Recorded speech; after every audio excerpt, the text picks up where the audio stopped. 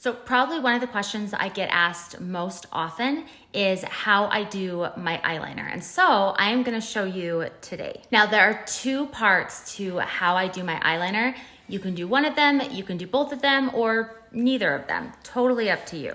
Now, eyeliner can be a little bit tricky, especially if you either have hooded eyes or slightly hooded eyes like I have. So you have to be really intentional about the placement and you have to kind of know what you're after as far as the look goes. So anytime you add any kind of eyeliner, it's gonna close up your eye and make it look a little bit smaller. So if you have really hooded eyes or you want, for whatever reason, to make your eyes look a little bit bigger, a little bit more open, then you probably just wanna skip eyeliner altogether.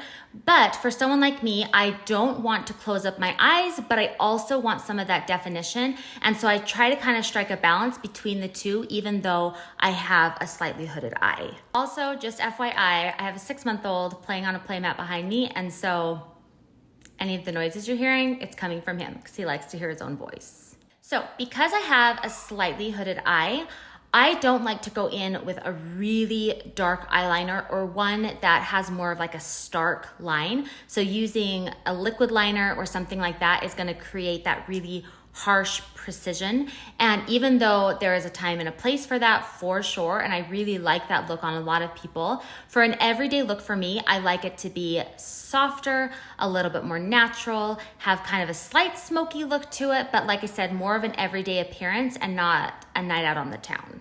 So for that reason, I actually like to use an eyeshadow shade for my eyeliner because it's gonna be a lot softer. I can get a shade that's dark, but that isn't going to be really stark. And I like this one right here because if you look at it, it's a brown, but it also has a very purple undertone to it. And I like it because the purple in it brings out the green in my eyes. And so, you know, finding a color that is complementary to your eye color is also really beneficial because with that color so close to your eyes, it can really make them pop.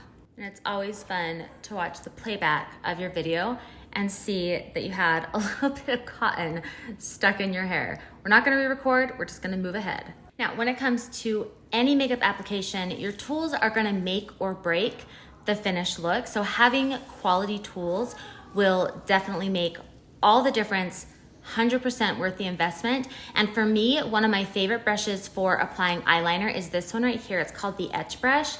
And as you can see, it's very flat. It's just got a straight edge on top and it's nice and thin. And I love this one because it makes applying eyeliner so easy. All you have to do is just stamp it into place. So I'm gonna tap this brush into this shade called Revival. I like to do it at a slight angle so that way I'm kind of getting it on the edge of the brush and not just straight into it. So it's a little bit more of a thinner line because the thinner I can do, the better. I still want to be able to see it, but I don't want it to be super thick because again, I want to be able to see the definition but without it closing up my eye. So now I'm gonna close my eye and starting at about the midway point, I'm going to just gently tap this brush into place right up along my lash line. And you can see how it just places that color right there along the edge for a nice thin line. And then I'm gonna do the exact same thing along my lower lash line, just really lightly placing it about halfway across. Now, the second part to my eyeliner application is probably what gets me the most questions. So I always like to fill in my waterline, and for that, I like to use a very black shade. This one's Blackest Black. It is the Maybelline Lasting Drama Gel Liner. It's kind of in this little pot and it comes with a little brush that you can use. And this is what I like to apply to my waterline. Now, a few things to note first. So the brush itself has this little plastic tube thing around it. Don't throw this out. You're gonna wanna keep it and put it on when you're done using it because I believe it's there just to kind of protect your makeup bag because obviously the end of the brush is gonna have gel on it and that way the gel doesn't rub off on anything in your makeup bag. So keep the tube. The other thing is you will notice that the brush is at a slight angle. There's like this little indentation right here. It actually used to not be like that. And so when I first got it, when they started making it this way, I was a little confused. I thought I had a faulty product, but turns out this is just their new design. I think they do it that way so you can go in at a bit more of an angle since the brush itself is angled. I thought it was fine before. I don't think it makes any difference, but just know your brush is not broken. It actually is meant to be like this. Another thing to note is that when you apply using a brush to your waterline, when the brush is brand new, so fresh out the package, the bristles are untouched, which means that when they go up against your eye, they might be a little bit more like pokey, scratchy, and that can be a little bit less comfortable. Nothing that's gonna injure you, just be really careful and soft when you're going up against your eyeball because you're right at the waterline, right? But another little trick that you could do with it is that because it's used with a gel, and over time as you use it, the gel kind of starts to build up on the bristles, and I actually like to leave it there. Sometimes it gets a little thick and then I'll break it off, but I like to leave a little bit of that build up there because it softens the bristles so that it almost kind of protects your eye. So if you wanted, when you first open up your package, you could actually dip it into the gel, maybe give it a day or two of just kind of dipping into the gel without using it and let it build up. Because that buildup of gel, like I said, creates like a protective coating around the bristles and just makes it softer to apply. And you can see with this one, I'll actually kind of break off some of it if I can. But like you can see all this gel right here that I just pulled off, that was on the bristles. And I could even probably take some more off. But again, it just makes it so I don't have the harsh bristles right up against my eyeball. So I'm just gonna take the brush, I'm gonna dip it, kind of just tap it in, dip it in, make sure you get a decent amount of the product on the brush.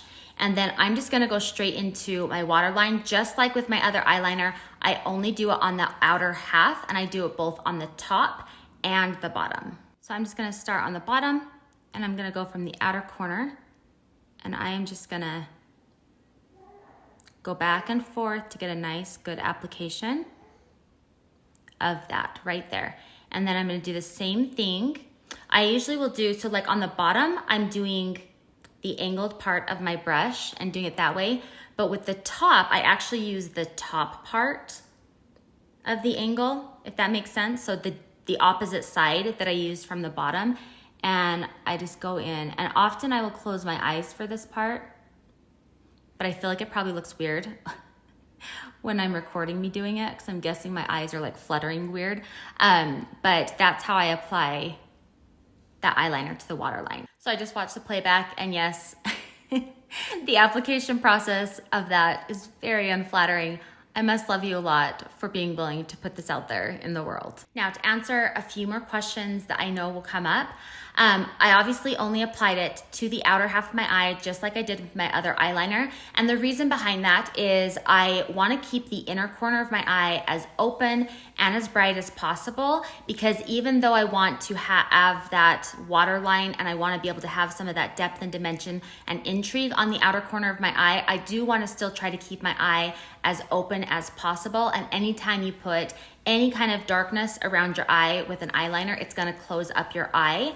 And I want to avoid that, or at least kind of offset it a little bit. And that's why I only do it on the outer half, because it gives me that depth and dimension, but without completely closing up my eye. Now, as far as longevity goes with this product, I feel like it holds up pretty well throughout the day. I do feel like, I've tried a lot of different eyeliners. This one I feel like has been my favorite so far, which is why I always go back to it.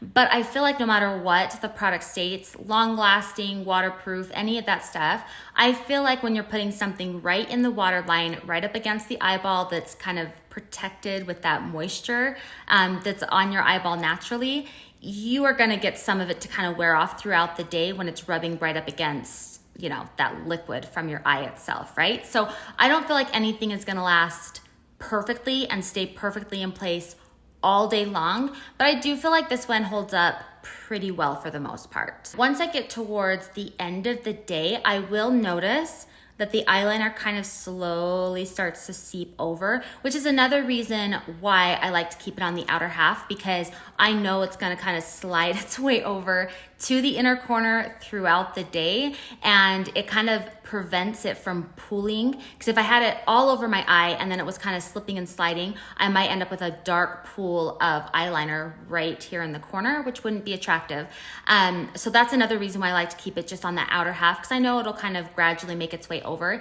If you do end up at the very end of the day with a little bit more pooling right there, it's really easy to fix. Like, you just, you know, go like that, it goes away. It's not a big deal. Like I said, I've never found a perfect product. They all have their issues. I do like this one. Sometimes I will get it to pool a little bit, and I just, like I said, wipe it away. It's not a big deal. But if I'm going somewhere at the end of the day, like somewhere in the evening, I will always freshen up that waterline on the outer half of my eye just to kind of add back in that dimension. Because like I said, it kind of softens up over the day and kind of starts to migrate. And so if I want it to have that nice crisp look again and really kind of define the outer corner like it did in the morning, then I will add a little bit more in the evening. So it's a really quick fix. Like I said, it's not perfect. It's not going to look identical at the end of the day as it did at the beginning of the day, but you can definitely kind of clean up any mess it makes very easily, and you can always add the definition back in if you want to go out at night and have it look fresh again. And hopefully that wasn't confusing, because you still will have eyeliner on all day long. I don't feel like it goes away. It doesn't wear off throughout the day. It'll just kind of migrate a little bit, and like I said, it makes it, because the product that was concentrated on the outer edge kind of shifts, it makes it so that it's a little bit softer and it's obviously more spread out. But if I want it to have that darker contrast and give it more of that precision again, like I said, that's when I'll add it to the very outer part of my eye at the end of the day. And that's only if I'm going somewhere in the evening and I want to kind of freshen up my look. But otherwise, it's still there and it still looks good at the end of the day. Last thing that I'll say about it, and then I'll finish up my other eye and add some mascara so you can see the finished look. But one other thing that's really nice about doing the waterline is it'll make your lashes look more defined, because having that really dark base and not having there be like a skin colored gap between your eyes and your lashes makes it so that your lashes look longer, it makes them look fuller. It just gives a more polished, finished look. So lots of benefits to putting waterline eyeliner on, as long as you're okay with, like I said, it kind of closing up the eye just a smidge. So this right here is the finished look. One thing I will say about using eyeliner is that it really is kind of individual. Hopefully these tips can still be really helpful for you.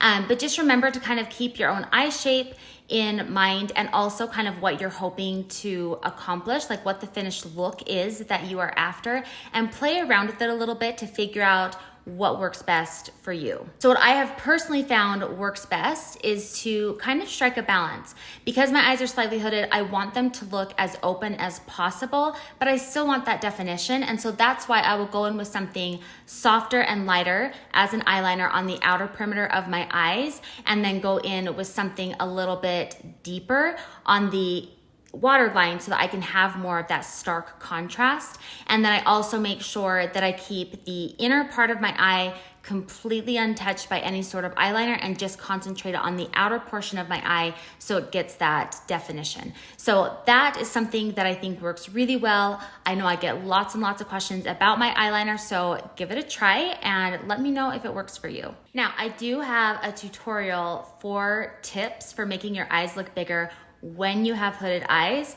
And even if you don't have hooded eyes, but you just want to be able to make your eyes look a little bit more open and bigger, check out that video on YouTube, because I think that will be really helpful for so many of you. Now, if you are interested in any of the other products that I use, I would absolutely love to help color match you. I can let you know what shades are going to best match your skin tone, as well as give you a breakdown of what you would need to get started with and how to use them. So I will go ahead, I'll leave all the information in the description for getting started with that. Now, I'm also gonna leave some information about the artist opportunity in the description. It's something that I have been a part of since 2017, and I have absolutely loved being a part of it. I love it as much as the products themselves. It gives me an opportunity to work with other women, both on my team, but also with customers, and being able to teach teach and help other women kind of find their confidence and be able to kind of help enhance and bring out their natural beauty. And it's something that I absolutely love being able to do. So if you are interested